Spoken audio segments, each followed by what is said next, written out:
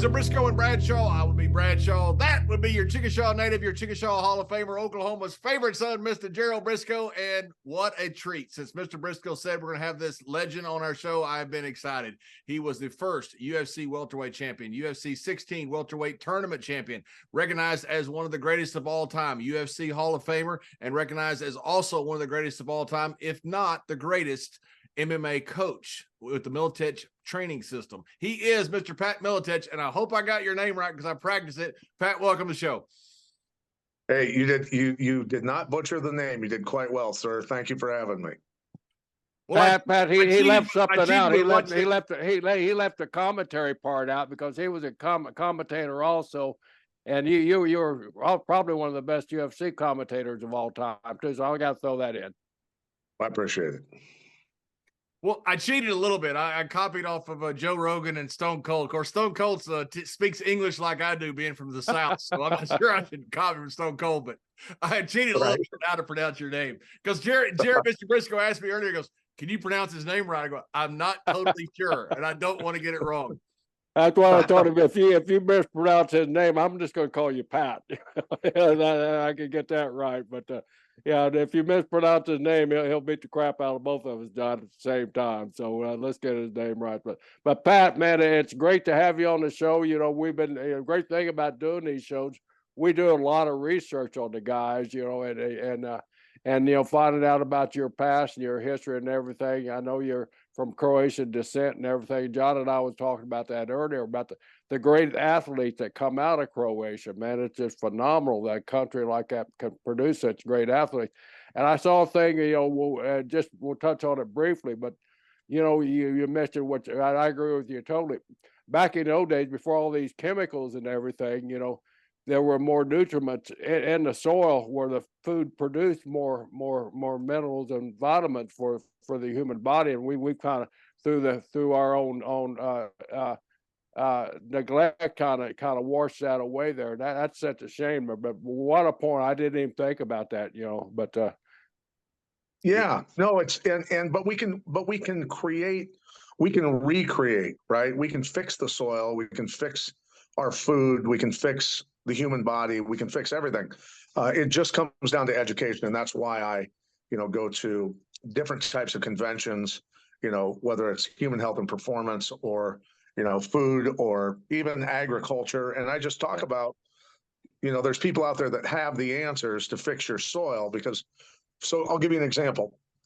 Mass food production, you know, they'll use synthetic, you know, petroleum-based fertilizers. Those are molecular structures, nitrogen, phosphorus, potassium, that are not real. They don't come from, you know, plants. And so or animals, you know, that comes from, you know, petroleum. So after World War II, they were like, we got this glut of oil. What are we going to do with it? They go, well, you know, there's nitrogen in it. There's phosphorus, potassium. We can isolate these things and we can sell it as fertilizer.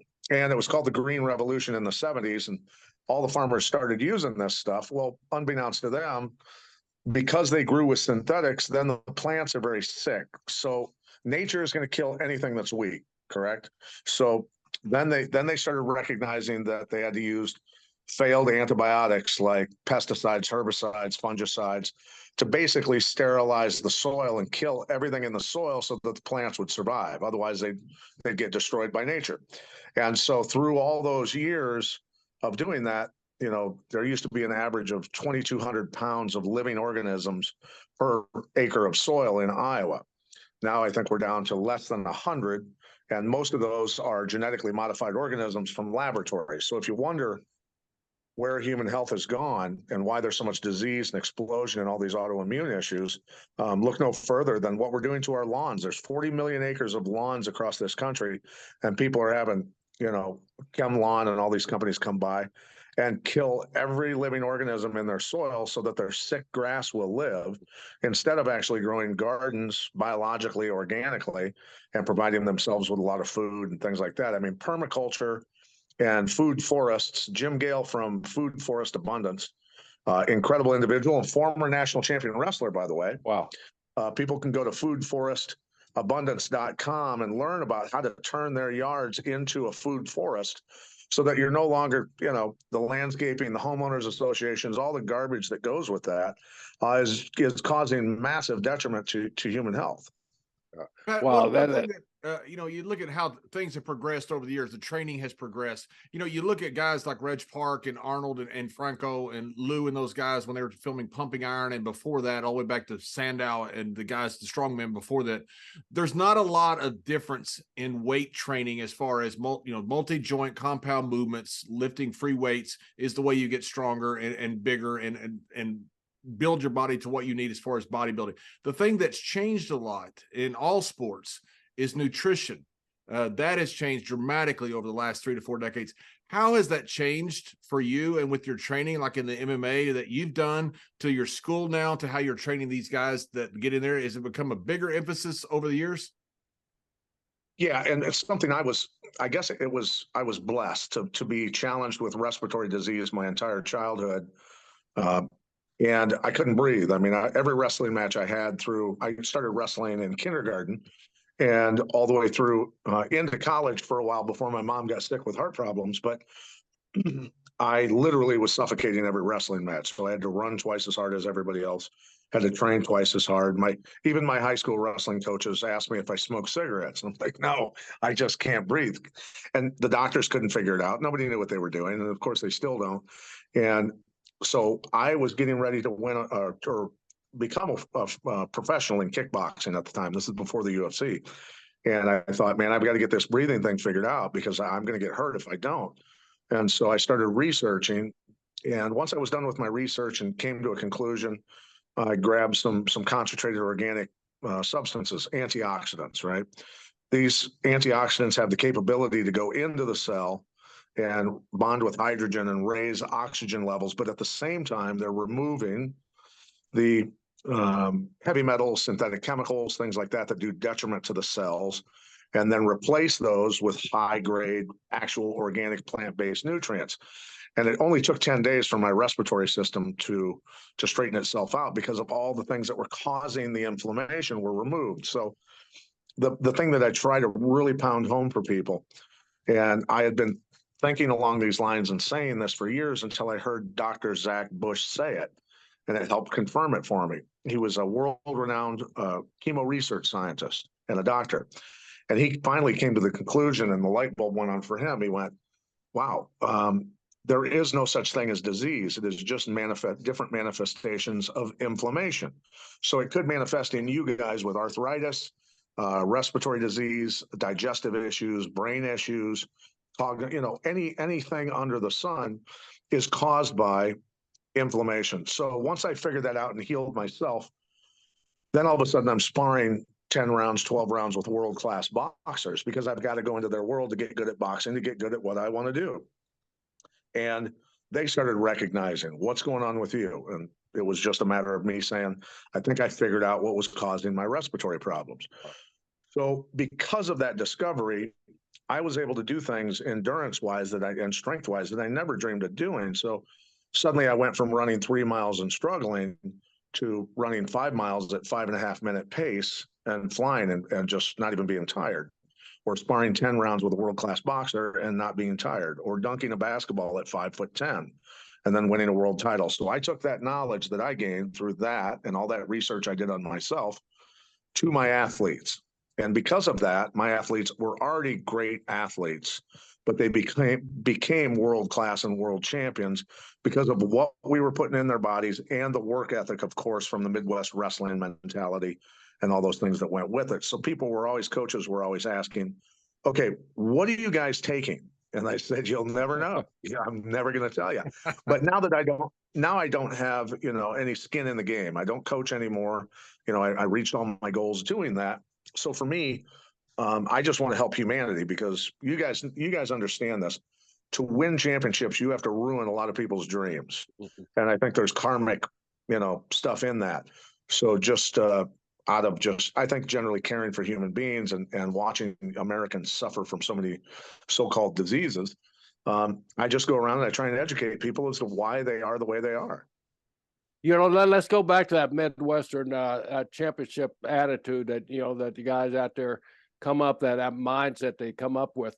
Your family migrated over from Croatia. Tell us a little bit about that. They kind of placed your family in Iowa because that's the background, the farming background that your family came from. Is that correct? Yeah, they came from northwest Croatia, which is west of Zagreb there, and it's all coal mining and farming up in that area. So, back in those days, they would say, what'd you do for a living, where you come from, or they would do research and already knew, and so they would say, okay, these are the places that you're going to want to go if you want to make a living and earn your keep here in this country. So that's how a lot of Croatians went to that area of Iowa and spread out from there. And that immigrant mentality is super important. That's why you see so many guys winning world titles now in the UFC and boxing and all of that, because of that immigrant mentality. I feel that Americans have been softened immensely. Our quality of life has gotten so good and so easy. You see a lot of people that have gotten really soft, right? Now take us back a little bit. Your dad was a coach, and your uncle was a barnstormer, a boxer, or something like that. Or what was your uncle's story? Yeah, so my father and his brother were both football coaches. My father worked also at the Rock Island Arsenal. He was head of Arms and Chemical Command way back in the day, and then coached college football as well before he passed away from cancer. But my great uncle, Johnny Myler Milicic, he changed his last name from Milicic to Myler, so his mother didn't know he was boxing in the 20s and 30s, and yeah, she would have killed him. And so he had left Southern Iowa, Albia, Iowa, to go to Detroit to work in the Ford Motor Plant, and then the Depression hit, and everybody got laid off. So he started fighting again. They would, back then, when he was an amateur before he turned pro, if you won your fight, you got, a food certificate to go pick up groceries so you could eat something, right? So imagine how tough everybody was back then. And then he made the 32 Olympic boxing team, and then became very successful in pro boxing. Had a lot of injuries from what I understand, but he fought Maxie Rosenblum twice for the world title. Once was a split decision loss, and once was a draw, and both times the crowds rioted because my uncle had beat the hell out of him. And back then the mob ran everything, so that's kind of the way it was. But I've still got the newspaper article of, they brought my uncle down to Miami, Florida, to spar with Primo Carnera, who was the heavyweight champion back then. And Primo was obviously a mob-backed guy as well, right, back in those days.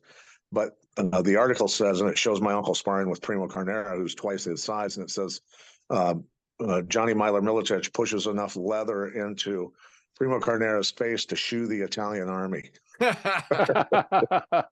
were a lot of questions about Primo's matches because he was backed by the mob so much. There was. Oh yeah.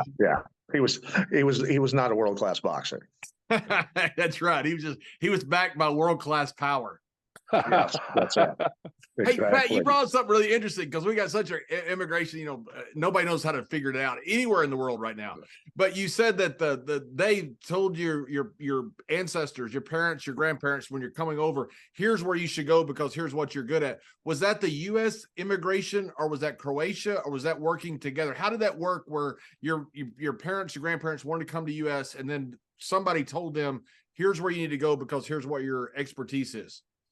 Well, I'm wondering, I wouldn't doubt back in those days that, people that wanted to come to the United States were doing a little research on their own. I mean, let's be honest, people were a little smarter back in those days, to be honest. They were real world people and probably did research on their own, but as well as, at Ellis Island, whatever, they were probably saying, okay, these are the areas you should probably go to, if you're a corn farmer, beans, wheat, whatever it was back in those days, and the coal mines. There's a lot of coal mines in southern Iowa. Not anymore, but there were. And when you were growing up there, the Croatian influence, did you have a huge Croatian influence? Was that important to you growing up? It was. I mean, I got most of that at family reunions, things like that. My father and his brother both spoke Croatian, but I think they got in so many fights in southern Iowa from people messing with them because they spoke Croatian that they didn't even teach us Croatian. But when I started fighting in the UFC, and I was called the Croatian sensation by a sports broadcaster who was Croatian himself from my area, Dan Buric, and he played football for my dad. He was a linebacker, played football for my dad in college, and the first day of first day of pads, he got his bell rung and he was on his back, and my dad walks up over him, and you know how the athletic tape would be on their helmet, and it said Buric, and he goes, my dad stood over him and he goes, Buric, and Dan goes, yeah, coach, and he goes, are you Croatian? And he said, yes, coach, and he goes, then get your ass up. Great. But, So, what college was your dad coaching at? St. Ambrose University in Davenport, Iowa. They were actually 2 of the years the last 2 years, my father was running back and quarterback coach. They were the highest scoring offense in the nation out of any division. They were averaging like 55 points a game. Wow. What offense do they run? Was it a passing offense? I mean, that was a while back. We're the same age, so I'm not calling you old, but was that right? Was that well? They ran. So I played quarterback for my father in 7th and 8th grade. So I was running the pro set, the eye, the wishbone, the veer. I was calling audibles at the line of scrimmage and all that stuff. In my 8th grade year, as an 8th grader, that's when my dad was still employed by the government, and he coached, as a just pastime because of his love of football and kids. My 8th grade year, we only had 2 points scored on us the whole year, and we killed everybody in our conference. But then we played the all-star teams of Des Moines, Omaha, big Illinois City, all-star teams, and that was just our single team from our league, and we'd crush them. Yeah, I read also where you're a 160-pound nose guard on the defense too. How did that happen? I was the fastest guy on the team, and they wanted me in the backfield constantly causing problems. So I would move around. To be honest with you, they allowed me at times to go where I wanted, where I thought the play was going to be. So I was just there to cause problems in the backfield all the time. And so that's I made All-State as a football player, but nobody's going to recruit. Technically, that was my position, nose guard. Nobody's going to recruit a 160-pound nose guard for college football. Even back in those days, I mean, guys didn't have the weight that they have now, but a 160-pound nose tackle. We had a position like that, kind of called the rover, where the coach just let him go wherever the play was going to flow towards that position. Right. So your dream was to be a linebacker for Iowa University. I got that right? Yeah. So yeah, and I assumed because all 3 of my brothers were 6'5" that I was going to be really big, and I only got to 5'10", and I think I honestly attribute that to cutting weight all winter and then all summer for freestyle and stuff like that. And so 3/4 of the year I wasn't really eating at all. A little bit of food here and there was about all I was eating, and so I think that stunted my growth. What year did you start your amateur wrestling career? I was 5 or 6 years old. Well, 5 or 7. I started at 6 years old, also in Oklahoma there, and you're right. You focus on losing so much weight that the mindset. You're not looking at the future, your future growth or anything. I think that hindered me several years too, and my growth pattern coming up was I was always on cutting weight, always watching what I was eating and everything. And we're eating healthy, but we're not eating right. We're not eating enough. Right, and it's awesome when I think about when you talk about, and I know your history, just so many good wrestlers out of Oklahoma, and I think about Oklahoma State coming to Iowa to Carver Hawkeye Arena all the time, all those years. And I was when I was a little kid, I was going and watching Iowa wrestle in the field house, the old field house there. Right. And, watching guys like King Mueller and the Bannock brothers and all those guys. Right.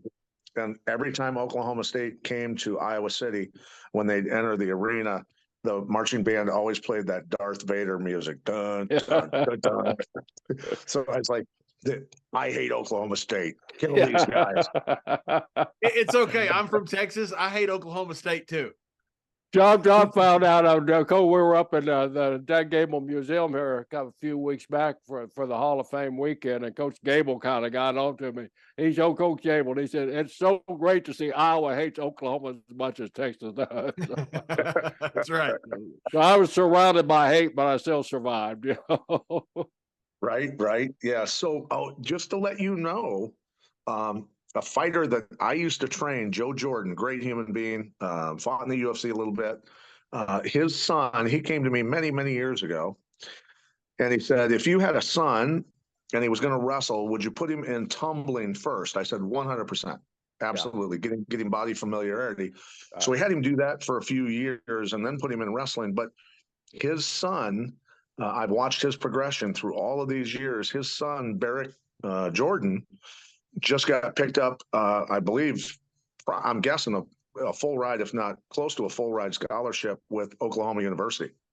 Oh, well, sooner, but that's about like a Cyclone or a Hawkeye. But he's a Sooner. He's in the great state of Oklahoma. He'll progress a lot faster down there. Mr. Briscoe always calls me when Oklahoma beats Texas. And I go, wait a minute, you hate OU as bad as I do. You're from Oklahoma State. You cannot brag for another team that you don't like beating my team. Yeah, it's so much fun. Those great rivalries. You just wish that everybody could grow up with those great rivalries. I lived in Europe for a couple of years when I first started wrestling, and they say, do you guys miss not having something like we have with the World Cup? I said, we have it. It's just between states. When you can put 60,000, 100,000 people in football stadiums, that's what they do for France against England in soccer or rugby or whatever else. So we have it. It's just between states, and the state rivalry in the Midwest is one of the greatest rivalries in the world. It's incredible. These teams grow up wanting so badly to beat the next state. And what's cool about you saying the football stuff is when I got busy fighting and coaching, I just stopped watching sports except for college football and college wrestling. Those are the only two that I wanted to watch, and that was it. And so those are the ones that I still love for the most part, and watch those. And I've always wanted to just take a year and travel to all the biggest college football games just to witness it, the pageantry, go to the tailgates, hang out and just observe. It's really cool stuff. One of the great things about our sport is, we get to travel, we get to go to a lot of university towns, and being a football fan, like the big stadium in Michigan, big stadium there at Ohio State. I love to just get a car and just either take my car and park in the parking lot and walk around those stadiums and just imagine what it was like back in the Woody Hayes and Bo Schembechler in those days like that. The crowds, the passion that the kids had back in those days. I'm not saying they don't have them today for the college games, but it was just seemed so real and so genuine back in those days. And I think that's really, really unique thing. Walk into some of these field houses, like Carver Hawkeye and the old Hilton Arena down in Ames down there. It's just a history. You look up. One of my biggest thrills, we talk about Madison Square Garden so much, but my first time in the old Boston Garden there, I'm sitting in the same locker room as some of the all-time great athletes, not only basketball players, but to some of the greatest hockey players that ever produced. And you walk out and you look up in the sky and the ceiling up there in the rafters, you see all those banners, you see those names, and wow, you get goosebumps if you're a real athletic fan. It's awesome. Yeah, the history. It's important to remember the history, and it's that's important. It's like just being a little kid and walking into the Bettendorf High School in Bettendorf, Iowa. We had a powerhouse wrestling community there, and walking into the high school wrestling room and all the state place winners and state champions and all those guys that went on to D1 scholarships and All-Americans and stuff like that. That's the stuff that motivated me to, honestly win a world title. Yeah. You grew up in the Quad Cities area there in Davenport. There, the history of the athletes coming out of there is just phenomenal. And tell us a little bit. How many state titles did you win? And you said you had the respiratory problem there. And I also read or saw or heard where you said it wasn't whether we're going to win the match or not. We'd make bets on who was going to get the most takedowns, who was going to get the fastest falls. And that was the attitude that that top program like yours had, right? Yeah, and Bettendorf was almost a Division I conveyor belt for all sports. I mean, it really was. It was a community where parents and teachers and coaches and everybody was focused on winning. It was important, because we want to build people who go on, as adults and are used to doing, good things with their lives, goal oriented, and raising kids that expect to win. You don't go into things hoping you're going to win. You go into things expecting to win because you put in more work than anybody else could have possibly done it. Bettendorf won a lot of state championships in a lot of different sports, period. And I mean, they had 2 years before I was a sophomore. They had at that time the best wrestling team ever in the state of Iowa history. Wow! Wow! They at that time they crushed the team point record. They took 10 guys to state. All 10 of them placed. We're talking about just a lot of rough cats. And when I became the UFC champ, at one point, some person in the media was interviewing me, and they asked me what it was like to be one of the toughest people on the planet. And I said, I'm about the 30th toughest guy in my town. Yeah. Yeah, I know you were saying that, guys that, and it was the same in my high school for a couple of years there.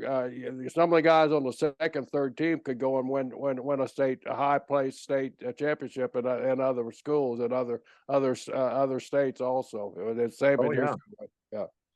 Yeah. And, it's interesting when we talk about, mention Texas, what's cool to me is I watched the resurgence or the growth of wrestling in the state of Texas.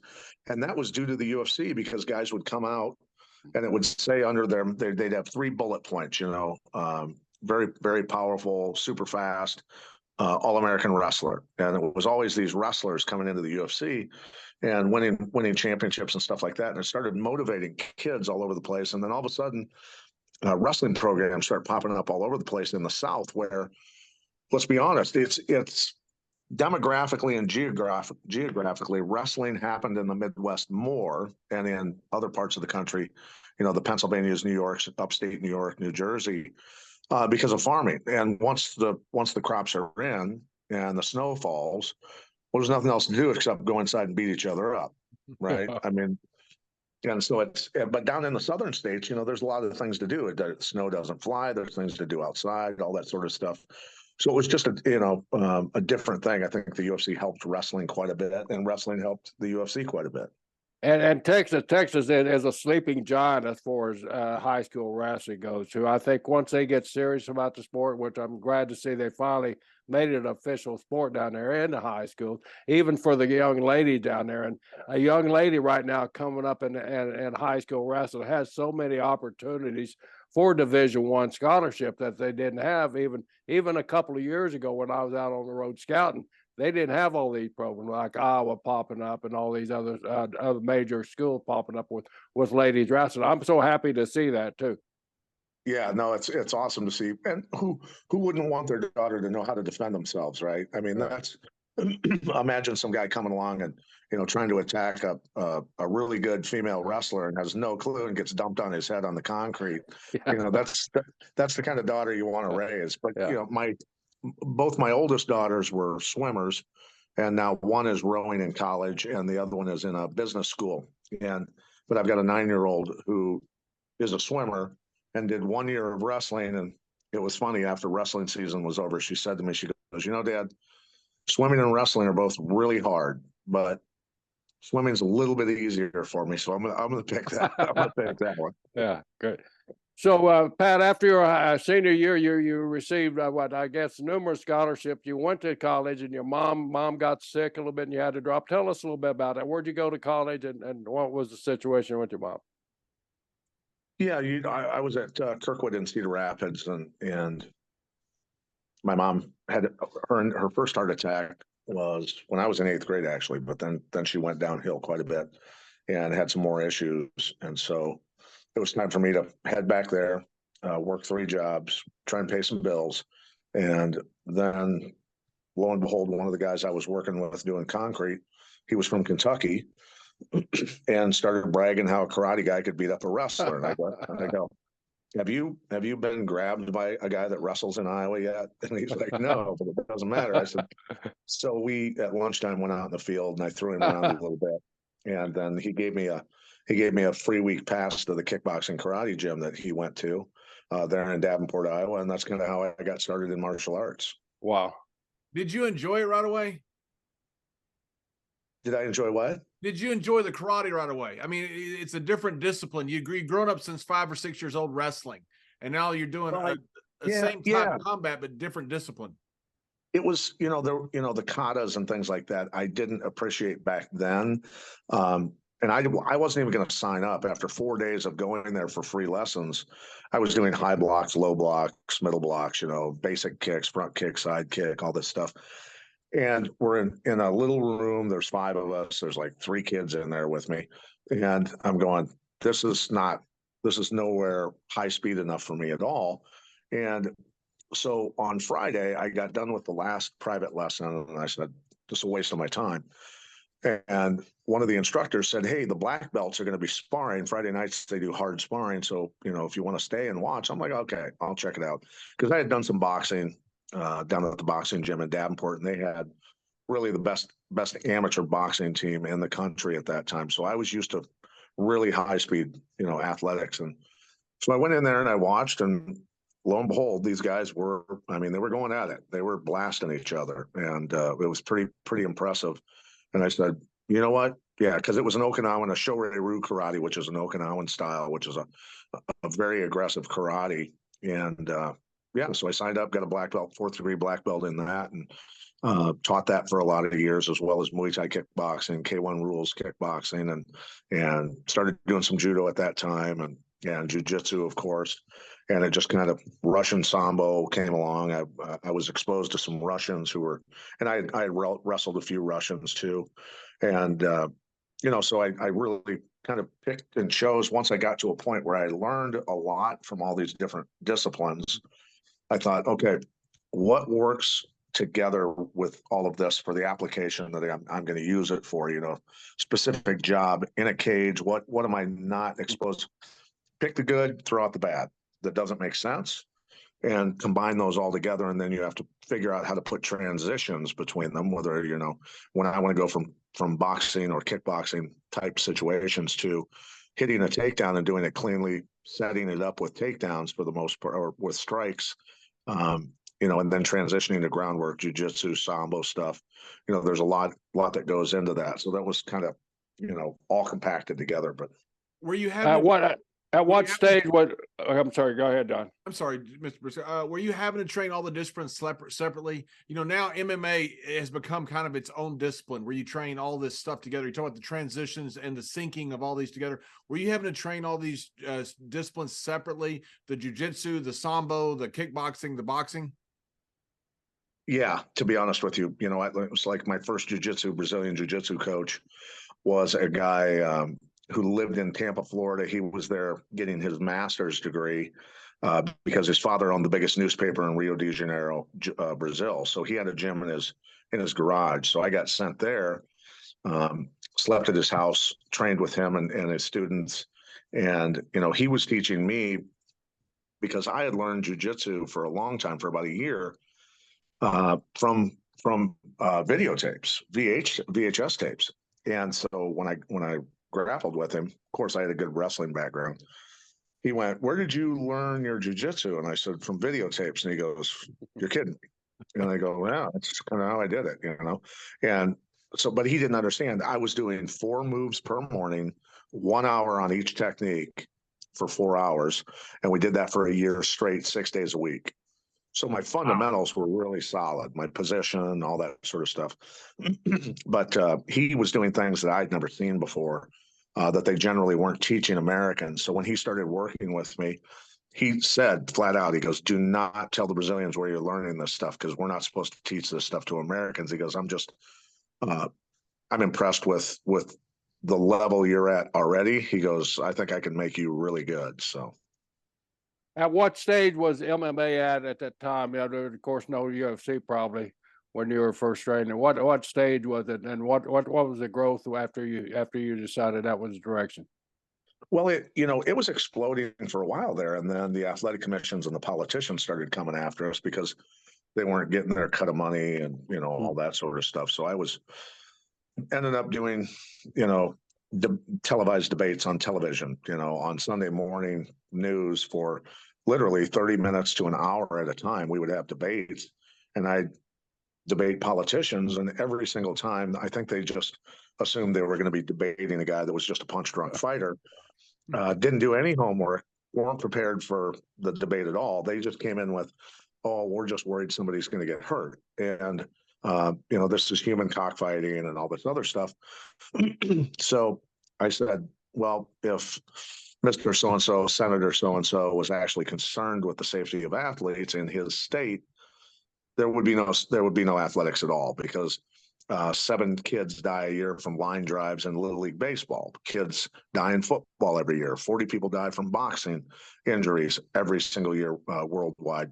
Spectators at auto racing get killed every year because of chunks flying off of cars and killing people in the stands. So this has nothing to do with safety and everything to do with the fact that they're not getting the money they think they deserve. And then they'd go, well, I kind of have to agree with Mr. Milicic. And yeah, it would be, that sort of stuff. So it was a long road. It was really a long road dealing with a lot of, what I consider corrupt entities, so to speak, that just, want to take people's money from them. Yeah.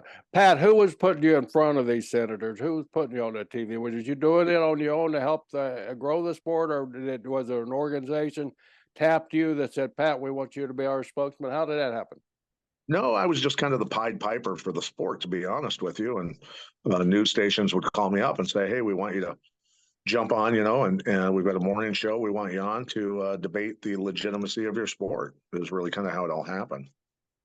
Was it John McCain and Harry Reid? Were those were the main 2 guys at that time nationally, right? That were against MMA being certified and classified as a sport, right?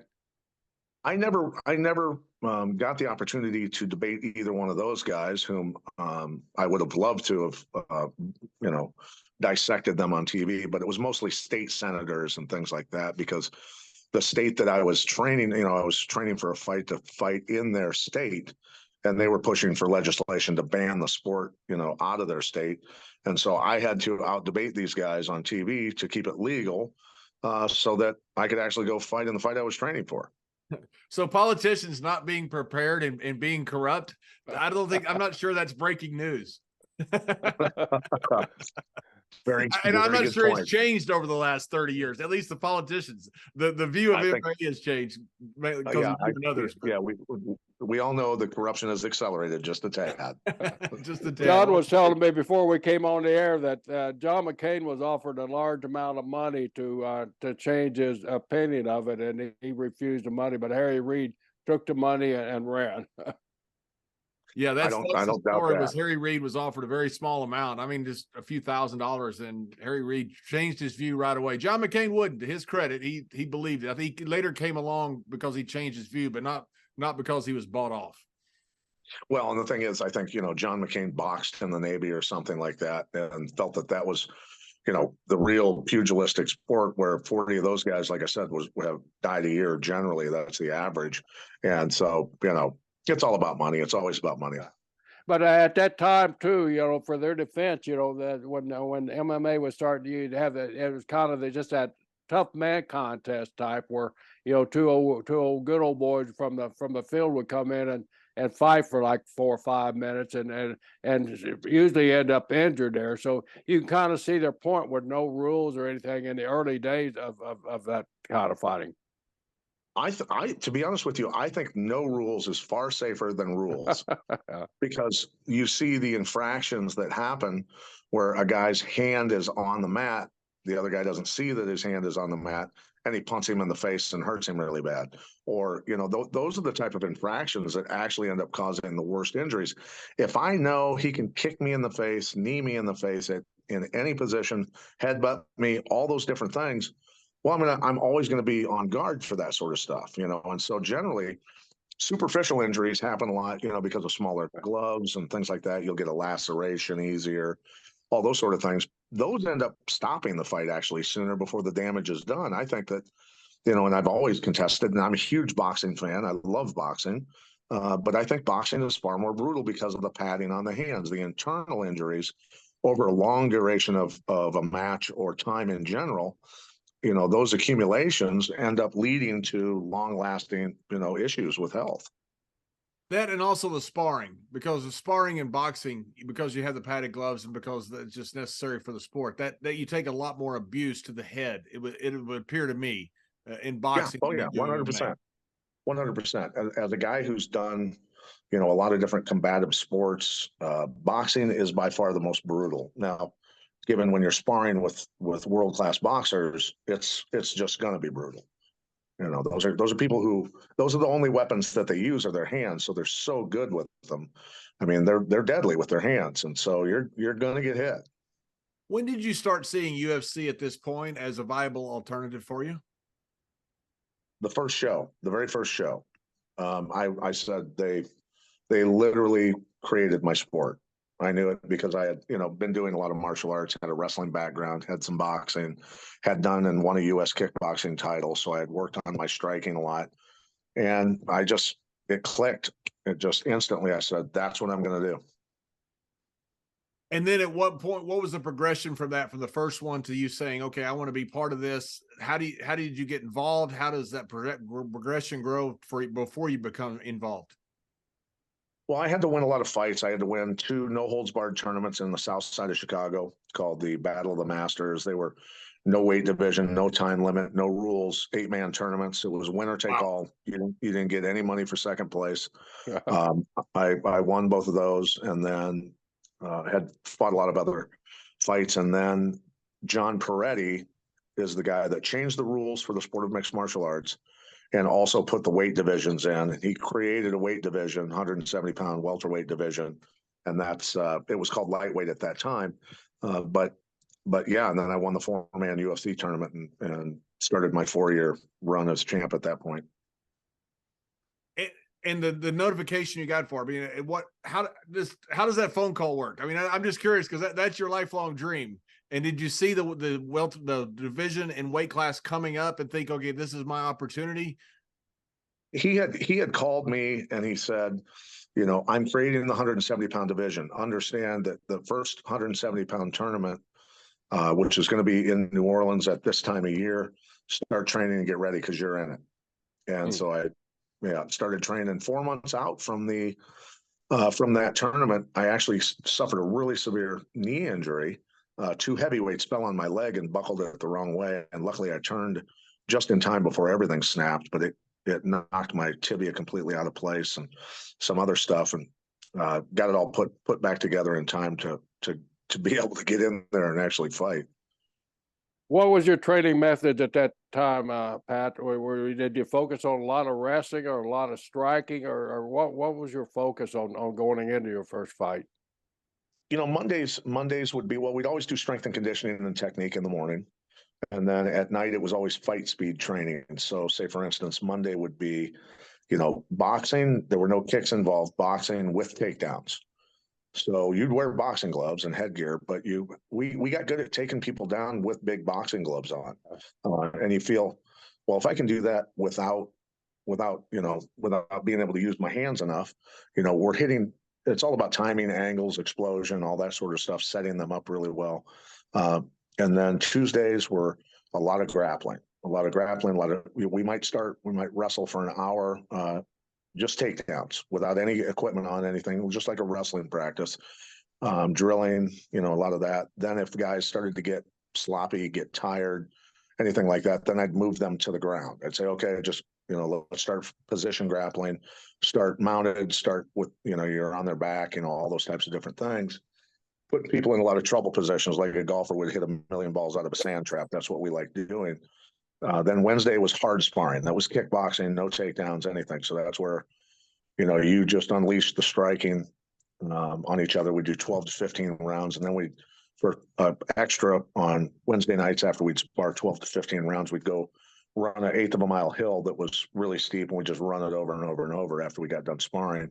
And that was kind of to top things off. And I remember a lot of guys would would be laying in the grass crying. Guys from other gyms who would come from around the world and train with us, they were like, "You guys are insane, man. I'm leaving."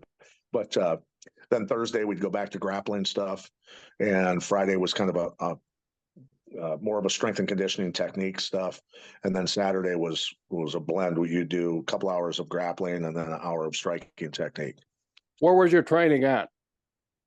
I had my first gym was a racquetball court. I rented a racquetball court from a gym there, and we put mats on the walls and the floor and turned it into a battle box. Yeah. And that's where I started building my team. But then I became part owner of a Gold's Gym, and then the basement was the training facility for all those monsters. And then I sold my percentage of ownership in that Gold's Gym and moved to a separate building, and that's where I finished out my coaching was in that building.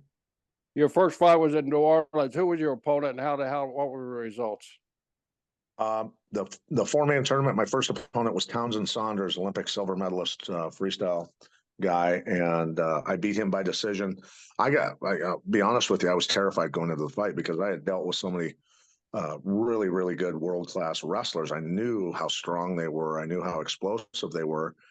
And I was pretty worried going into it. I fought very reserved, won a decision, but just fought very reserved. And then I fought Chris Brennan in the championship and was able to submit him to win that.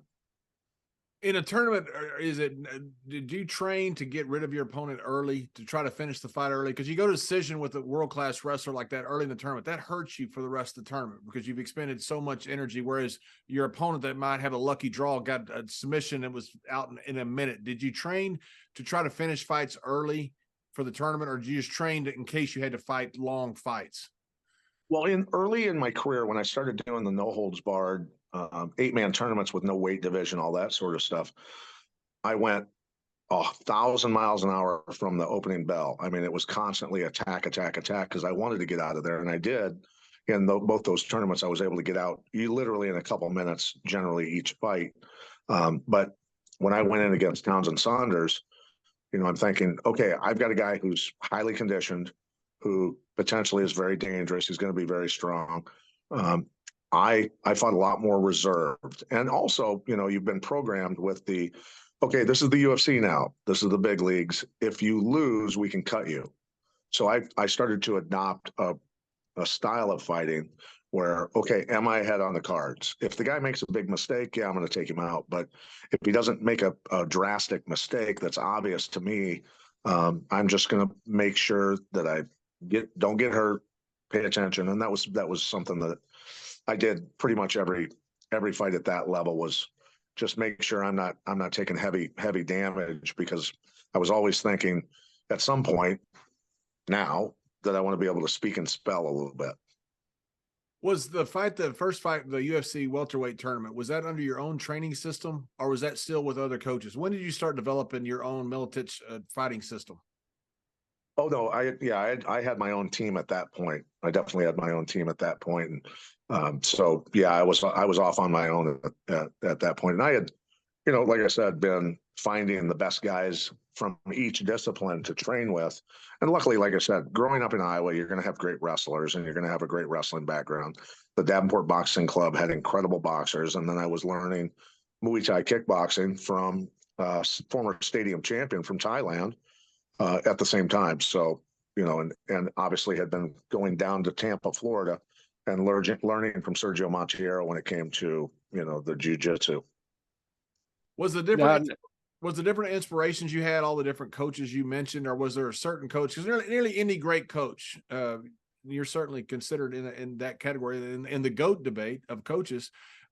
Comes from an inspiration of another coach. Either they think they can make their system a little better. Every coach does. That's why they're coaches. Or they look at a system they think is flawed and think I can do a system that's good. What were your inspirations for your coaching? Was it some of the old guys that you trained with, some of the old guys that you knew, or some of the old guys that you met? I mean, my middle school wrestling coaches, Tom McCutcheon and Bob Glenn, I think were the best coaches in the country. They set national records for, Bettendorf Middle School went 17 years without losing a dual match. We would go out and literally crush everyone. And then in high school, I had Paul Castro and Frank Freeman. Frank Freeman was an incredible wrestling coach, and Paul Castro as well. My football coaches, Merv Hobenick, Tom Downs, those guys. So for me, and then went into Muay Thai, Albino Pena, one of the greatest boxing coaches ever to walk the planet, was a guy that, this is a great story about him, and I honor him by telling this story. I asked him one time, I said, how come you don't yell at me like the other guys in your gym? And he goes, well, you do that crazy fighting stuff, number one. But he said, you don't talk, you're there, you're always doing work. And I said, because he was taking a lot of kids that were off the street, kids that were, on the verge of potentially, going upriver. And I said, why do you do this? Year after year after year, you've been doing this forever, decades. And why do you put up with this stuff? And he goes, my oldest son was leaving for Vietnam. And he looked at me and he said, Dad, if I come back alive, I want you to quit drinking. And that was his thing. Well, Alvino's son died in Vietnam. So at that moment, he just quit drinking, dedicated his life to kids. And so every kid that walked through his gym was like one of his sons, and that's what he did. And he was tough, a lot of tough love, but incredible guy. Going back to your first tournament there, Pat. Nowadays, the guys are making fortunes, literally fortunes off of fight there. What was the pay scale back when you were starting and fighting? The most I ever made, to be honest with you, was I think $80,000, $40,000 to win, $40,000 to show, $40,000 to win, or maybe $100K, but this is prepaid for you, Dave, too, right? There were pay-per-views, but we couldn't get, I never got, $1 per purchase or $2 per buy or any of that stuff. Back in those days, they just didn't do it. Yeah. And then business. So the paydays were decent living. I mean, you could make a hell of a year off of your fights. Yeah, I mean, and just like any sport, to be honest with you, you've got to be one of those upper echelon guys to get paid decently. The sport, again, was still controversial, all that stuff. So, they're just, ultimately, while we were fighting through the dark days, because a lot of places started banning the pay-per-views. Right. And so it was difficult to get it. And people were waiting for the new fights to come out at Blockbuster Video on VHS to go run them. Right. Yeah. I've seen through the years that with Dana White, you've kind of had, it appears from the outside looking in, sometimes a good relationship, sometimes a little bit of contentious relationship. During that time, you had in your training facility nearly all the champions, according to Dana in his UFC speech that he gave to you, which was a wonderful speech. Was there any little rivalry between you two guys? Here he is trying to start up this UFC, and you've got basically all the champions training with you. Was there ever a little bit of a power play there? Well, to Dana's benefit, the problem started with when Tito Ortiz got beat up by one of my British fighters in a London alley. He got knocked out by him in a street fight. Well, that Tito Ortiz went back to Dana White and said that my team and all the British fighters jumped him and his guys and beat him up, which wasn't the case.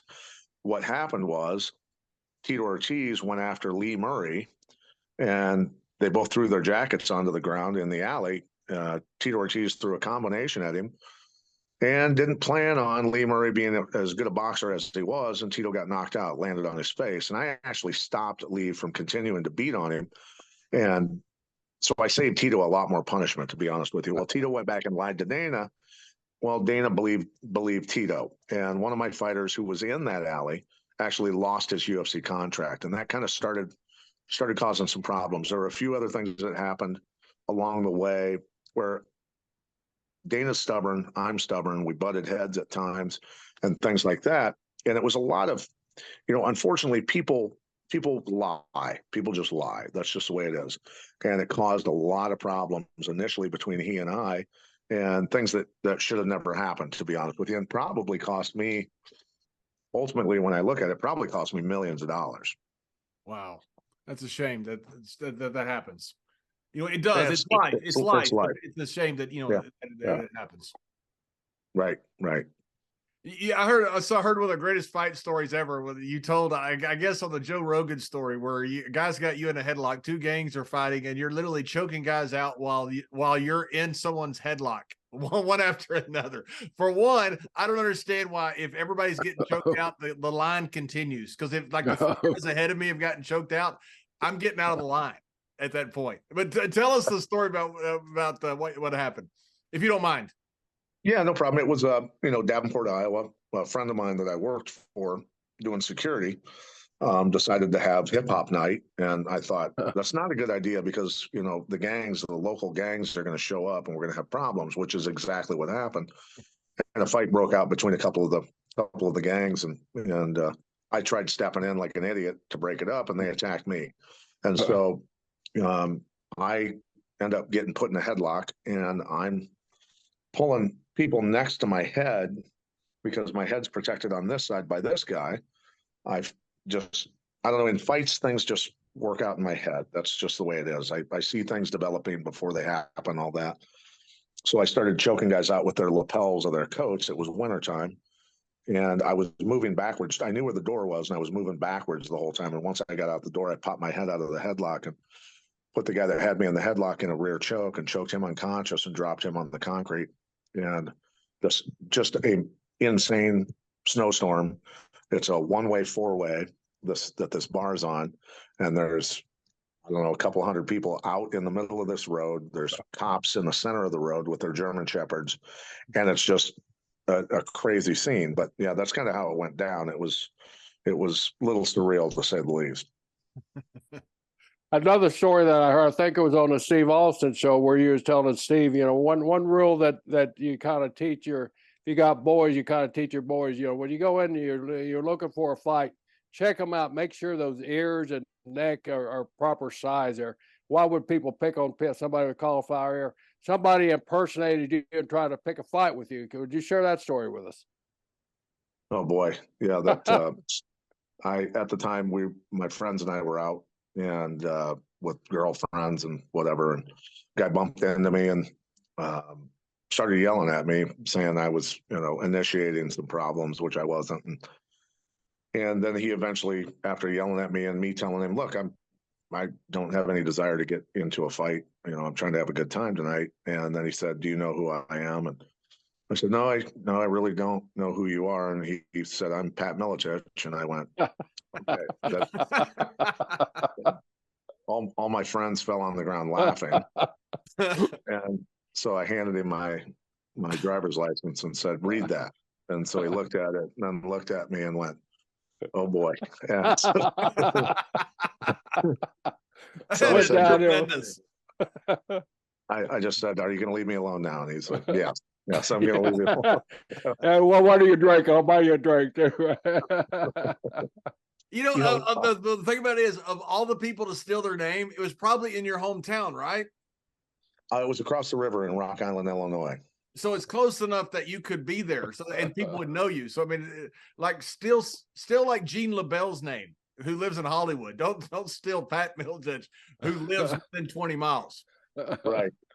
And so I know you guys obviously were friends with and knew Danny Hodge really well, right? I was real good with friends with Danny. Mr. Briscoe knew him very well. Yeah. Some of the greatest, I have to just go and talk about that because I tell people stories about him all the time. And I'm sure you guys have told the same stories. But when I met him in Oklahoma, I was doing a broadcast and he walked up to me and, he was in his late 70s, probably at the time, I'm guessing. And he said, well, hey, young man, he goes, pleasure to meet you. And I was looking at him going, oh my God, this is actually Danny Hodge. This is incredible. And he stuck his hand out to shake my hand. And I go, don't crush my hand. I go, please don't crush my hand. I know all about you. Don't crush. And he goes, he laughed. He goes, okay. But he told me some of the greatest stories, about going into Texas, into that town, and they had the live AM remote at a hardware store about breaking those pliers. I was with him one time. It was in Longview, Texas, where it was, I believe, either Longview or Texarkana. But he used to twist the steel handles off of car doors of guys that would potato him during pro wrestling matches. Yeah. Pat, I've seen him take a steel belt. We stopped at a gas, and riding with Danny was such an experience, and one of the all-time great experiences I've ever had, being a passenger in Danny Hodges' car. Or driving Danny Hodges, either one, just being in Danny Hodges' presence was unbelievable. It was surreal at the time. We stopped at his service station right when steel belt radios first started coming out. Those things were stiff. He walks up to this guy and he said, "Hey, I hear these radios are good." "Oh, yeah, yes, sir. Yes, sir. They're the best tire out, the strongest tire. They're indestructible." Daddy picks the thing up and he starts like he's playing an accordion with this damn steel belt radio. The guy's eyes and mouth just dropped, and holy cow. But I walked into that hardware store, I don't know if it's the same one. Danny asked the guy, "You got any really good strong pliers? I need some pliers. I'm doing a job when my tractor broke down. I need to repair. I need some good side pliers." Guy walks over, "Well, right over here. Here's some of my best." Danny takes them, and he squeezes it, and just starts cracking them. And the guy said, "Wow." He said, "Well, let's go. My really commercial ones, the strong ones are here." He brings Danny a different box of these really steel enforced pliers. Danny picks a pair. "You mean these here?" Boom, crop, and just breaks the seal handle right off. The guy grabs the box back. "Those are expensive. Don't break any more of them, please." Because they were advertised as the unbreakable pliers. Unbreakable pliers. Yeah, that's what Danny wanted to see. He broke about six pair of them. But what an experience Danny Hodge was. John has a great story about his first encounter with Danny Hodge. He wanted to be a little smart Texas guy and disrespect the Oklahoma signs. John, tell him the story. It was great. Yeah, so Pat, I know Mr. Briscoe and I've had this rivalry. He hired me in '95 WWE, so he's been one of my best friends ever since, fortunately for me.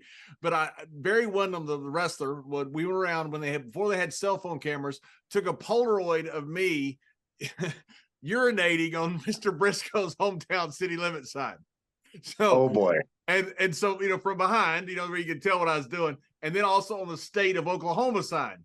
So I take these. We're in Tulsa, Oklahoma, and I'm so proud of myself. We spent all day going to get these photos, and I hang them up in catering, and I put to Mr. Briscoe, and I put it up there. And of all people to walk in catering, I'm expecting Mr. Briscoe to walk in, is his brother Jack Briscoe, who did not give up 1 point in the entire NCAA tournament, and Danny Hodge. Oh boy. And I looked up, I said, "Oh my God, this is the worst day in the history of the world." And so I look around and there's no way out. And I thought, this is going to be bad. And it was. I literally could not lift weights for about 3 months. He grabbed my wrist and he goes, "You think that's funny?" And now he's squeezing my wrist. Then he's got my elbow and I'm just about to cry. And I'm thinking, I really don't want to cry in front of everybody. And so I'm a "Mr. Hodge, please." He goes, "You're real funny, young man." No, I'm not. I'm stupid. And I apologize to you and all of Oklahoma. That's awesome, man. Dude, so I asked him about his grip. I said, "How did you get your grip so strong?" And he said, "Well, I worked with my hands a lot, obviously, things like that." But he said, "I used to take newspapers." I'm sure, Mr. Briscoe, you know about this, right? Right. Yeah. But I tell people that story all the time because I used it a lot, and my grip went through the roof. You grab those full newspaper pages, where they've divided in fours, and grab them in the middle, and pull them up into your hands until they're balled up, and then undo them and do that 3 times in a row, and do that 2-3 times, 4 times a week.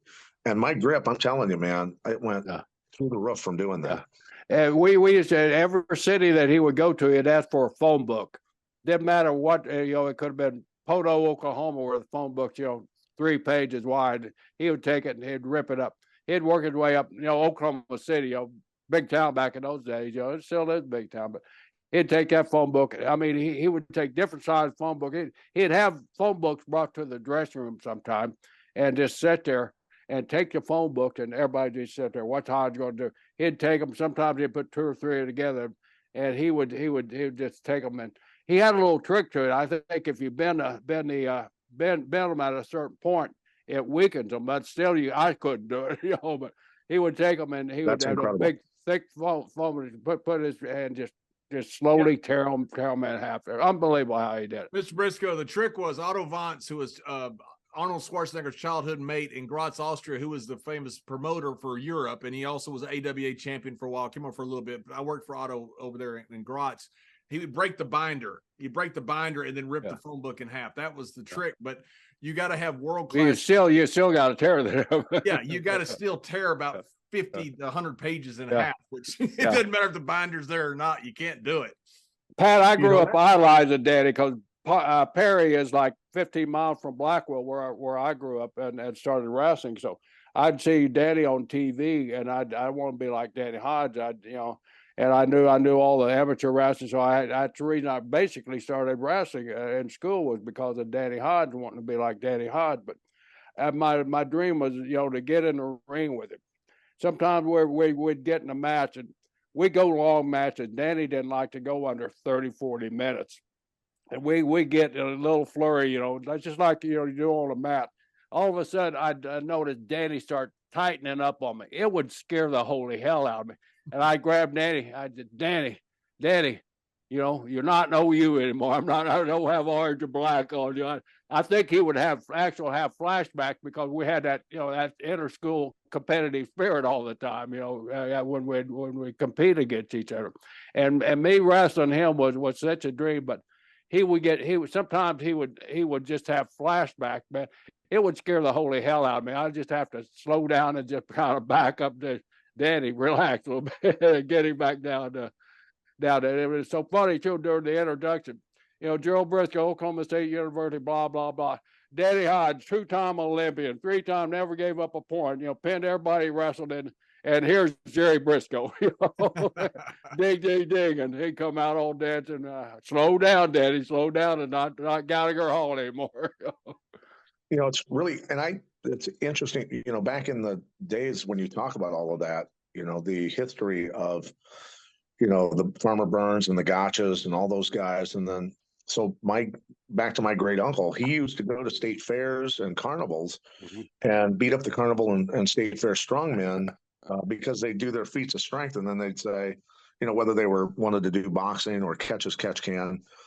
And my uncle was good at both of those, and he would go deliberately to beat up the carnival strongman, and that's how he got experience. And and you think about those guys back in the day doing, real wrestling catch can matches in front of 80,000 people, 60,000 people for 3-hour matches. These guys were freaks. Yeah, they were. Have you ever been over Humboldt, where at statue, what is Gotch over at Humboldt, Iowa? I've never seen that. Now I got to drive to Humboldt. You know Mike Chapman, don't you? Yeah. The writer Mike got several years ago had a big fundraiser, and he raised enough money to honor him over there. So it's quite a deal. Yeah. Jerry, you had a great story about Farmer Burns, right? About his manual and the there's several. The story behind Farmer Burns. He was the first to come out with a correspondence school on how to wrestle. There's this guy from Kansas, Wittenberg, I think. Pete Marriger, that bought the Farmer Burns correspondence course, studied it, became an NCAA champion, and won the 1937 Olympics off of training off of Farmer Burns. So not only was he teaching professional, he was the basic, of course, is amateur style, and Pete mastered it so well and the conditions so well, he was able to win the Olympic. Was never formally trained, never formally coached or anything, but won it off of Farmer Burns' correspondence course. That's wild. Have you ever seen a copy of that? You find it on the internet. No, because I actually have collected those in the past. I've got one from 1921, Earl Lederman, how to do catch can. And those guys, him and his partner in that book for that how to, they're doing 10-finger guillotines and all kinds of leg locks and real submissions. And I'm going, wait a minute, this is all stuff that people think they're actually inventing. This existed long ago, but those guys, when you look at them, look like they're on a list of steroids, as long as your leg. Right. But that's back to all the nutrients still being in our soil. Yeah. And those guys had, massive levels of testosterone, just powerful human beings. I heard something where you're now training in that. You got the kettlebells and you got the what are Indian the clubs. the clubs and all that. Can you do the clubs? I mean, the Sheik was our guy. I mean, our Sheik, he can do those clubs like crazy. Do you train in those nowadays or what?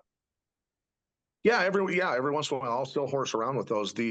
So back in the day, the way I learned it, I learned from Dr. Ed Thomas, who was head of Army Physical Readiness, but he learned Yeah. all that stuff in the Turner halls, which the Germans brought over to train the youth in functional fitness. So they were climbing, ropes and serpentining through cargo net while they were swinging and doing giant kettlebells and pommel horses and all that sort of stuff. And so he taught me all that functional fitness, and he actually rebuilt me. I had a really severe iliad psoas muscles inside my legs that went up in your midsection. They were all shredded. And he goes, well, I'm going to hang you upside down from a pull-up bar, and I'm going to teach you to do everything upside down that you could do standing up. And he had me doing all kinds of reverse squats and Wow. med ball throws and all kinds of kettlebell stuff upside down. And sure enough, he rebuilt me. That's a great, Al Snow. I don't know if you know Al. Al is one of our old professional wrestling pals. Al's gone back to training like the original strongman. You see all these pictures, Ali Bay and all these guys. I mean, they're so muscled up in their training. I don't know how they got like that. But Al goes back with the kettlebells. He trains with the kettlebells and with the clubs and all that, and a lot of resistance training like that. But is that part of your training now? Are you're also a marathon runner, aren't you? I've done some ultra distance stuff. My longest run was 75 miles, probably 5 years ago, something like that. But wow, and it just takes too much dang time. Yeah. but It'd take me a year. But the thing you'd be surprised if I'm telling you, these ultra running is something you got to condition yourself for, but you can do it. You can do it. But it's time consuming. But when we talk about the pumping iron days, the Arnold Schwarzenegger and stuff, because you had mentioned him, I came to realize that actually the bodybuilding era of fitness destroyed athleticism in America, because the functional fitness stuff, being able to, I always thought, I finally came to the realization, well, I should be able to run, jump, climb, swim, do all these things. And so I just started changing everything, because I was for several years doing the regular old weightlifting, and wanting to look good in the mirror and all that sort of stuff. And I have a couple of books in boxes I used to use. Or you just take a 100-pound sandbag, throw it over a fence, and go get it, and just do that 100 times. That's your workout, and just that's your workout. Or doing 10 or 15 burpee jump pull-ups and then run a mile and do that 10 times. That sort of stuff. And that's what builds athleticism. It's the linear movements of bodybuilding, weightlifting that actually makes us so that we're not as mobile as we should be. The human body, with the Indian clubs and the arcing motions of kettlebells and all that, our limbs are meant to move, and our bodies are meant to move in arcing athletic movements when it comes to especially wrestling and things like that, and boxing. So the boxers would use the smaller Indian clubs to get all of that movement and quickness with their hands and inside and out and pummeling and hitting the parries and everything. And the wrestlers would use the bigger Indian clubs for the hard pummeling, the digging inside and all that sort of stuff. That's right. Really, I really got an education on that world of how the 80s coming along and late 70s and the bodybuilding really kind of set us back a lot athletically. I like to study history like all three of us do, but my great Olympian, I think he won 6 Olympian, Milo Croton. He started his training. Every day he had a calf that he put on his shoulders and run 25 or 26 miles, run a marathon to the gym, and then put the calf back on. And every day the calf, of course, was growing, but he did that for like 6 years. And when the calf was no longer a calf, full grown bull, they say he's like the father of resistance training. You ever study anything about him, Milo Croton? I'd heard about him, but I mean, I didn't realize but humans did crazy stuff back in the day. again, the testosterone levels in men back then were insanely high. Those guys were just complete freaks of nature. A good friend of mine who we used to have a business together training law enforcement and military, and his father, who's 85 now, I believe, it was myself, him, and he's really strong. And then a guy that ran a SWAT team in Ohio, who was a former linebacker, college football player, big guy, big, strong guy. And his father was on the riding mower, and he goes, "Hey, you guys move that trailer." And it was like one of those little U-Haul trailers, and it was full of engine blocks. And so we grabbed the trailer hitch, and when we go to move it, we can't move it. And we're all, well, we think really strong guys. And his dad comes back by, and we look at him kind of like, "Man, it's pretty heavy. We're not moving it." He gets off the tractor, and he goes, "Get the hell out of my way." And at this time, he's 75. And he goes, "Get out of my way." And he grabs it. He grabs the hitch, I kid you not, with one arm, picks it up, and walks it across the yard. And we watch him do that. And then he just looks at us with disgust. So he was completely disgusted with us. And gets back on the tractor and starts mowing. And here's a great story about him, too. That same guy, the linebacker, were in their kitchen on the farm. And the dad, they were cutting chain links, 10 chain links, and his dad deliberately grabbed, instead of bolt cutters, he grabbed wire cutters. And he had this roll of chain, and he puts the box down, and he says to Lee, Lee goes, "Every 10 links, I want you to cut sections of chain for me for hinges for a dummy that they had created for law enforcement training, military stuff." And he goes, "Okay, no problem." And his dad shows him. He goes, "Snip, snip." And he goes, "See, that's how you do it." Hands it to him, turns around, goes back to acting like he's doing dishes in the kitchen.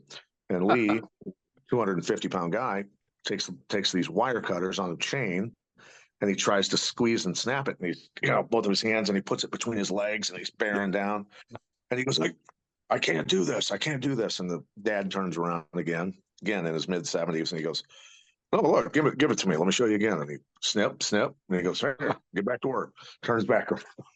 Finally, Lee has a nervous breakdown. And he goes, "You guys are freaks. You're carnival freaks." But that's how strong those people are. Yeah, the training, I guess, do you think it was just hereditary, or you think it was the nutrition that made these guys so phenomenal and strict? I think there was certainly maybe some hereditary stuff in there, but at the same time, when you're eating, plants out of really nutrient-rich soil that doesn't have chemicals in it, you're going to develop correctly with proper, hormone levels and all that stuff. It's like there's a great book called Dead Doctors Don't Lie, and that doctor writes in there, he says, there's a reason that men that live in the Himalayan mountain foothills can father children into their late 80s, because they're eating really nutrient-rich food that isn't synthetics. Most people go to the store, whatever health food store, and they'll pull vitamins off the shelf, and they'll say, "I take my vitamin and mineral supplement." Most don't even understand that the minerals are from rocks, they're not from plants, or the vitamins and minerals are synthesized in a laboratory, which are they're imposters. They're not the real thing, and they don't actually do anything for you. Are you still doing training with the military and law enforcement? Do you still train those guys? When they call, yeah, but the COVID thing slowed that down a lot, so that sort of hindered that. But yeah. What kind of training was you giving them? Well, it depends on the job. If I'm training special forces guys, they don't have use of force continuums necessarily for the missions that they're on. So if they come and kick a door down and they're going after a high value target or whatever, if you resist or fight with them, they're going to kill you. They're going to kill you instantly. Law enforcement's not allowed to do that sort of thing. So we have to teach them, fundamentals of manipulating and controlling the human body really haven't changed in thousands of years. I mean, the human body hasn't changed. So just the fundamentals of, and I teach the head, the hands, and the hips. And if people get to where they understand the fundamentals of controlling those three things in a hands-on situation, and then understanding the weapons that are involved, knives, guns, tasers, all these different things, generally they're going to be fairly successful. But it's most humans have zero understanding of self-defense, unless they're taught. We're pretty much helpless unless we're taught. So You said that the human people are probably our only species that's really not trained in self-defense and have that knowledge of self-defense. You got to train it into them, right? yeah, we're not born with it. Where a baby wolf is born, they instantly know how to fight. They know what their teeth are for. Wild animals won't give up their back because they'll die because of exposing their necks, things like that. They'll stay on their back and continue to fight even when they're on the bottom of a fight because they can at least put their teeth and their claws and stuff into the fight. So for humans though, we're completely helpless unless we're actually taught. Mm-hmm. The chokehold has been very controversial for police because of a couple of deaths and very high profile deaths. What's your view on it? Well, the problem is that the people who write the checks for the training for law enforcement, are really the ones to blame. It's not law enforcement in general. Most cops go into that obviously because they want to do good things for human beings and want to do good things for society. It's for instance, how many hours would you guys guess the average law enforcement officer gets in training per year when it comes to defensive tactics, hands-on stuff? How many hours a year would you think they get? 10, 20? I wouldn't have any idea. Generally about 4.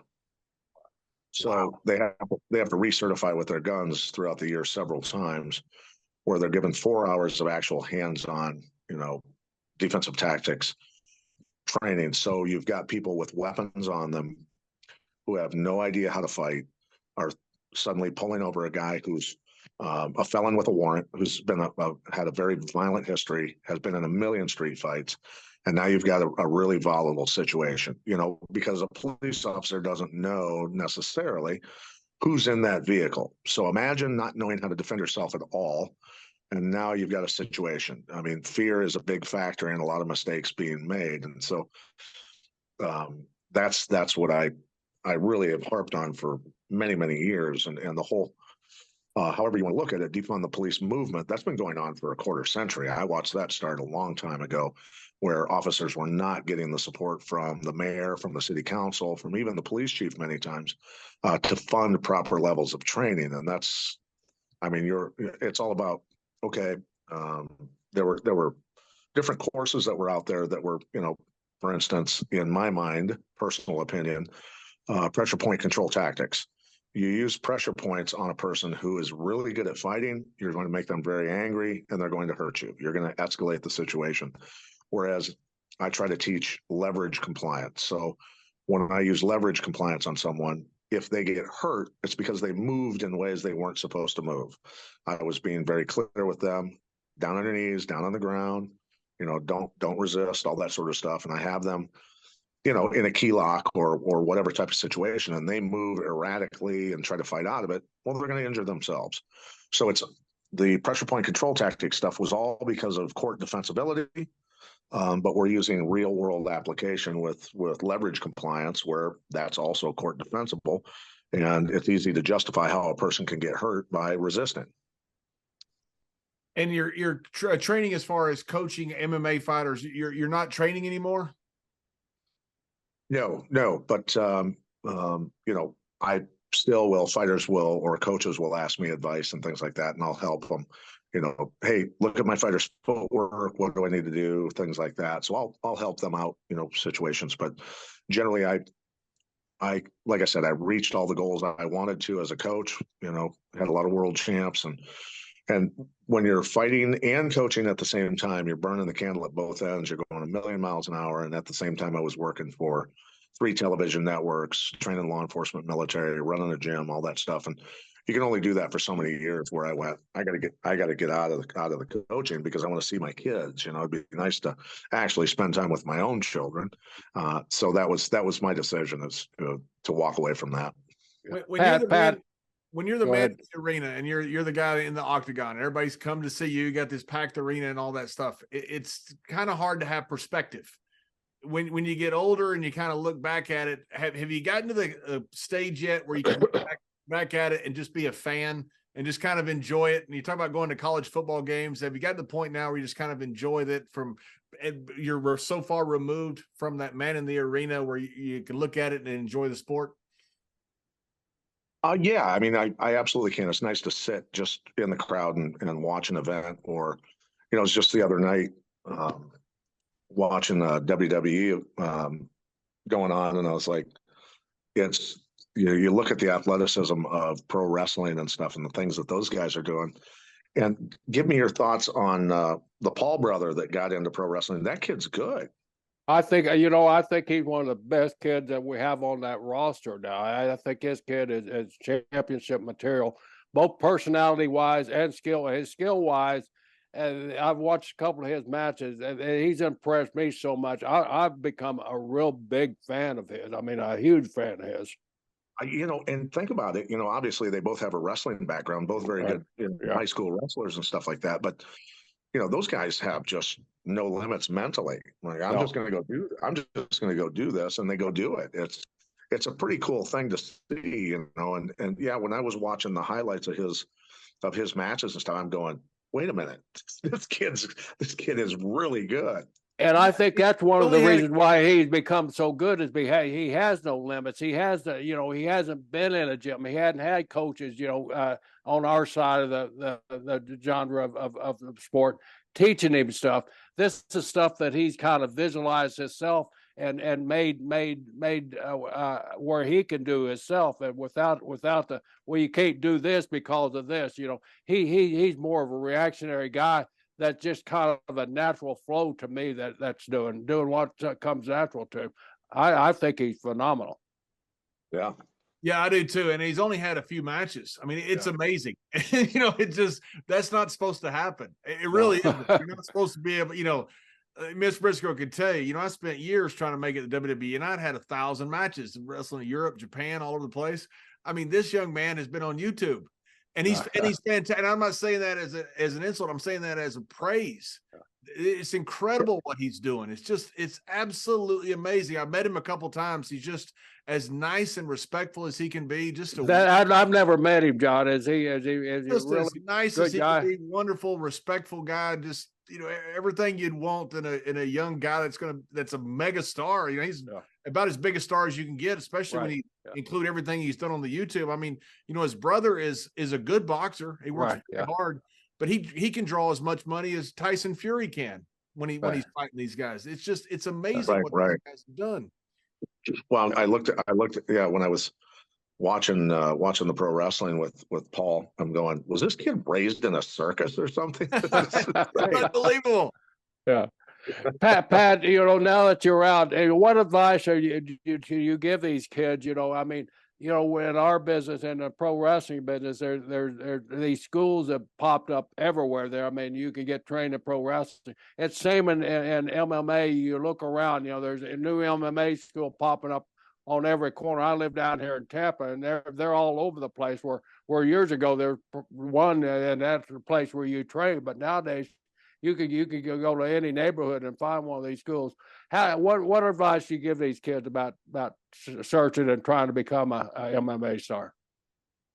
As far as mixed martial arts, I mean, it's like anything, but MMA is a very unforgiving sport. If you're not 1,000% committed, the dedication that goes into it, being a master of, all the components of it, the conditioning, the strength training, the diet, the sleep, there's so many things that you need to pay attention to for optimal performance, and be surrounded by people who are, good influences, not yes men, things like that. But there's a lot of people that, will get into it because, well, it looks fun. It's like skydiving, right?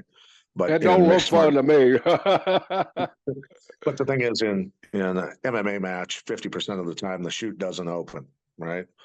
And you don't want those kind of odds. You want to be the house in the gamble. So, and people do take massive amounts of punishment. And this is direct. I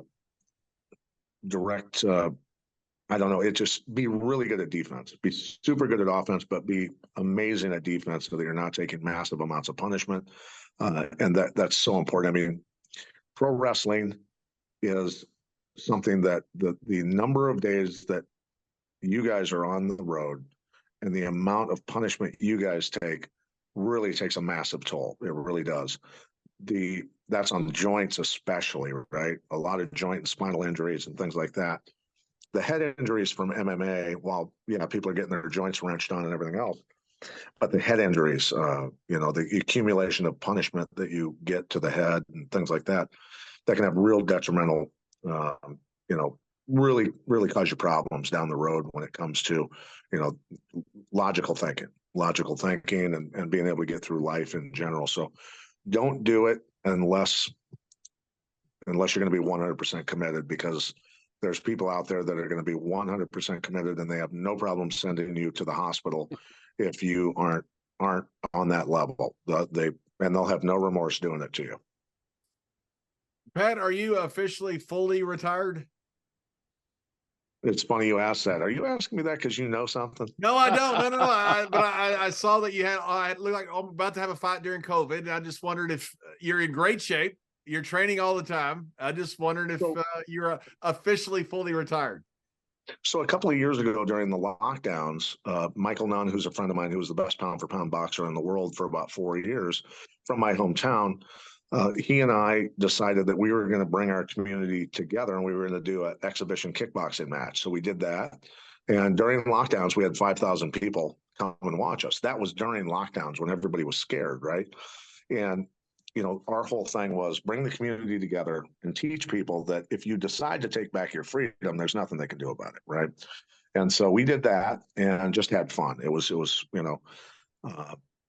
I kicked Michael Nunn in the legs probably 4 times, and he couldn't walk for about a week. He's still blazingly fast. We had a lot of fun, and like I said, did a lot of things for our community. But interesting story. In my commentary life, I became friends with a guy who I ended up cornering in the UFC against CM Punk, right? Mike Jackson. And so cornered him. He ended up winning the fight against CM Punk. But in the process of when kind of communities there were a lot of riots going on, all that sort of stuff, he started getting very aggressive racially towards people. And I said, dude, this is not the guy I know. Why are you like this? And I'd say, this is not the answer. This level of violence and burning people's businesses, that's, you're just hurting innocent people who didn't have anything to do with it. And so he turned on me and he wrote an article that went out everywhere simply because I had been in Washington, D.C. on January 6th, did nothing wrong, had nothing to do with the Capitol, didn't go up the hill, any of that stuff. And he wrote an article and put it out, and it said, Pat Miletich supports domestic terrorism and white supremacy. And I went, whoa. And I lost my broadcasting job because of it, based on lies, right? And so I said, now we've got a problem. Now you're waging financial war against me. Now we've got a problem. So he actually has agreed to fight me, and we're fighting October 14th. He's 20 years younger than me, but we're fighting October 14th on pay-per-view. CagedAggression.tv is where you can get that. And he says that he's going to walk the dog with me. So, and he likes to, and it's funny because it's interesting. Jake Shields actually got him down on the ground in the UFC Training Institute and made him cry uncle.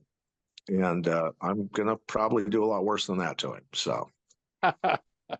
Great. So this isn't really a coming out of retirement. This is just teaching somebody a lesson. This is about teaching people about repercussions for their actions. If you're going to wage any form of warfare against anybody, expect retribution to come back. And he's agreed to donate his body to science, so we're going to use it. As it should be. Pat, what do you think now of the UFC and WWE under the same banner? I don't necessarily look. Obviously, they're doing it right. They're building monstrosity of a business. Oh, yeah.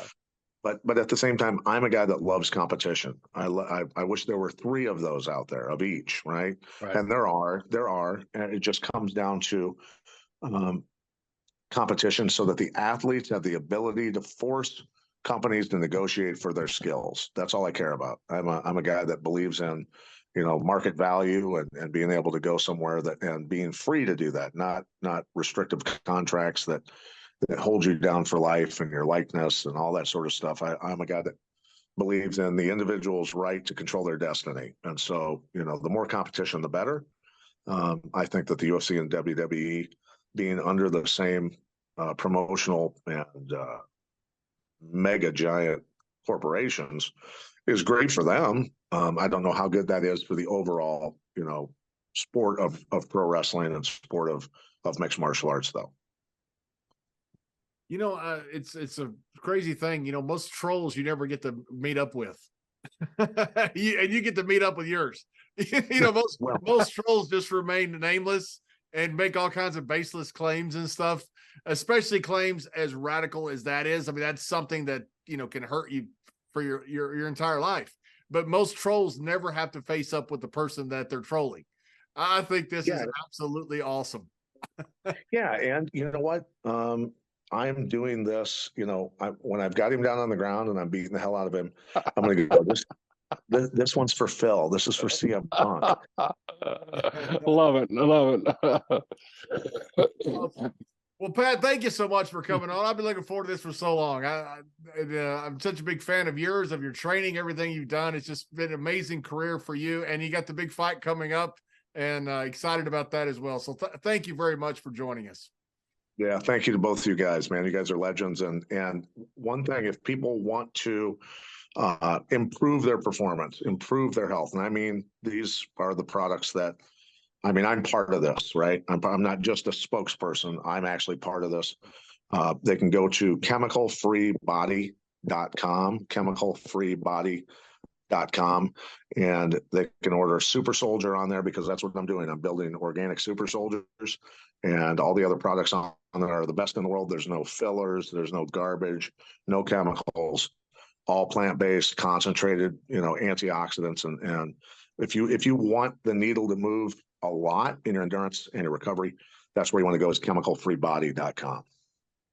Pat, I'd like to take this time too to invite you over next year over to Waterloo. We're having the 25th anniversary of the George Tragus Luthez Hall of Fame, which you're a member of, at the Dan Gable Wrestling Museum there in Waterloo, Iowa, next July 18th, 19th, and 20th. We'd love to have you over there, and and have you walk through there. We've done some remarkable changes over there. Our wing of that museum has grown and grown and grown, even though we've lost space there. Coach Jim Miller over there has done a tremendous job, and his staff with Becca Roper and Mike Doty over there.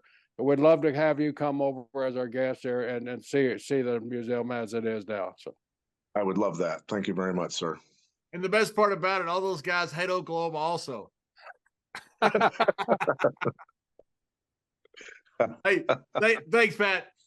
All right. Thanks, guys.